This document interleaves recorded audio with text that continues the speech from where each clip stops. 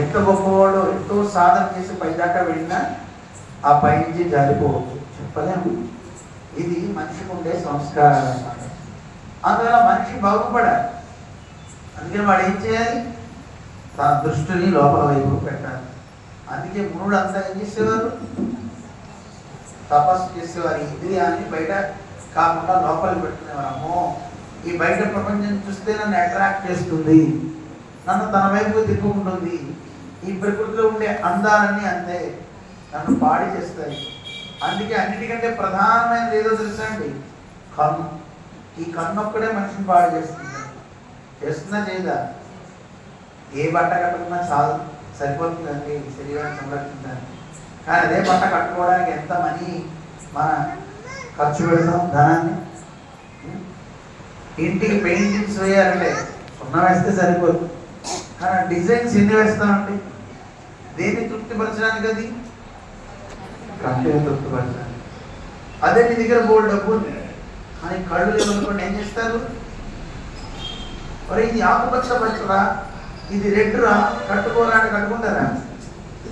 ఏమవుతుందా, ఈ రోజు కట్టుకుంటే చాలు అనుకుంటాను. రంగే తెలియని వాడికి ఏ రంగైనా ఉంటాయి. అందుకని చూడండి, కన్ను మనిషిని ఎంత పాడు చేస్తుందో అంటారు మన పెద్దలు. ఇంద్రియాలన్నీ అంతే. అందుకే మన పెద్దలు ఈ ఇంద్రియాలని బయట పెట్టకుండా లోపల పెట్టుకున్నారు.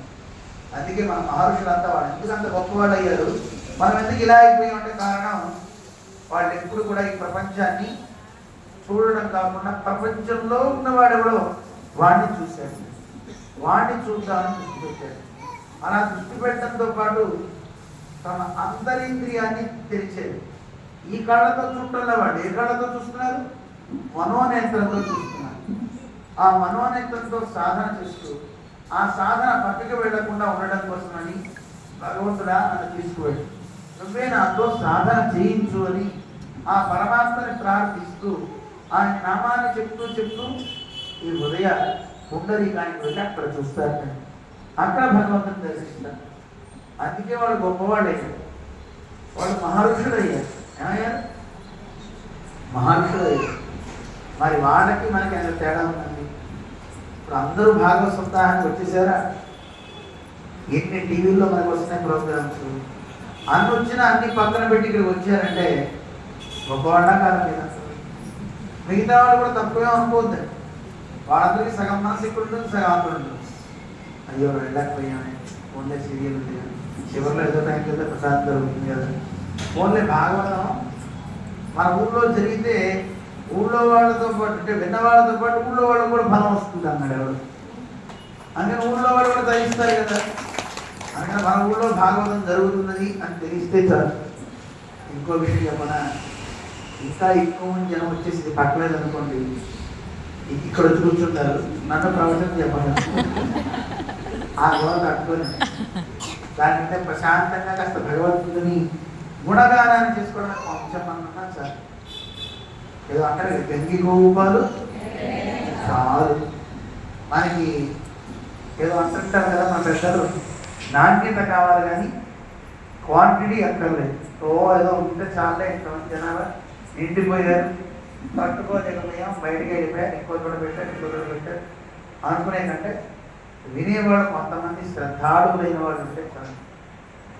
అసలు అటువంటి కథను మనం తెలుసుకుంటూ ఆత్మ సాక్షాత్కారం, ఆ ఆత్మ సాక్షాత్కారం నుంచి పరమాత్మ సాక్షాత్కార పర్యంతం మనకి తీసుకెళ్లే ఒక అద్భుతమైనటువంటి గ్రంథం శ్రీమద్ భాగవతం అన్నమాట.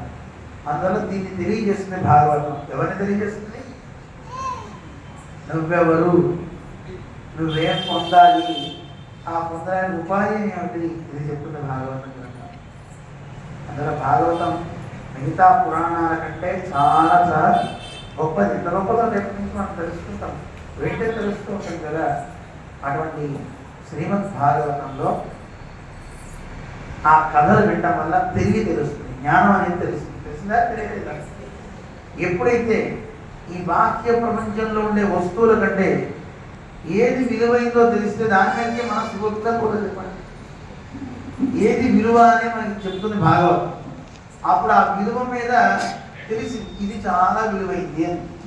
విలువైంది తెలిసిన తర్వాత ఊరికే ఉంటామా? చెప్పండి. ఇది చాలా గొప్ప మణి అన్నారు, అద్భుతమైన మణి అన్నారు. తెలిసిన తర్వాత ఏం చేస్తారు ఆ మణిని?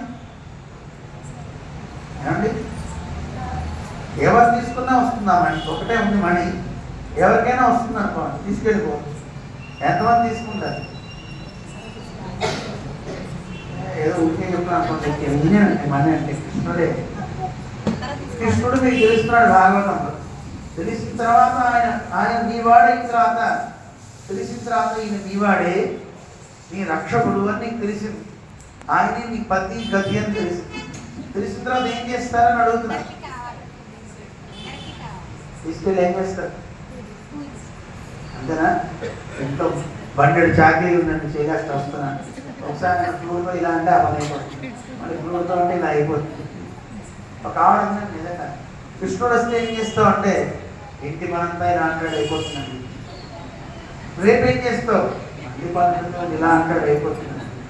అసలు ఇలా నిన్నే అంటే ఇవే అయిపోతుంది కదా, హాయిగా ఎందుకు ఇవ్వాలా కదండి. ఆ పని చేయించాలి, ఈ పని చేయించాలి, ఇవన్నీ మనం అనుకుంటున్నాం కదా. అలా నిజంగా పరమాత్మ అనుగ్రహం ఉంటే, ఆయన మనతో ఉంటే, ఇది విలువైందని తెలిస్తే, ఎవరో ఎత్తుకుపోయేవాళ్ళు దొరికారనుకున్నప్పుడు ఏం చేస్తారు? ఏం చేస్తారు? జాగ్రత్త పడతారు. భయం వస్తున్నా లేదా? అమ్మో దీన్ని కాపాడుకోవాలి అనిపిస్తున్నా అనిపిస్తారు. అప్పుడు మీకు ఆయన మీద ఏమున్నట్టు లెక్క? ప్రేమ ఉన్నట్టు లెక్క. ఆ ప్రేమతో దాన్ని ఇంకా దాచుకోవాలనిపిస్తుంది కదా, దానికి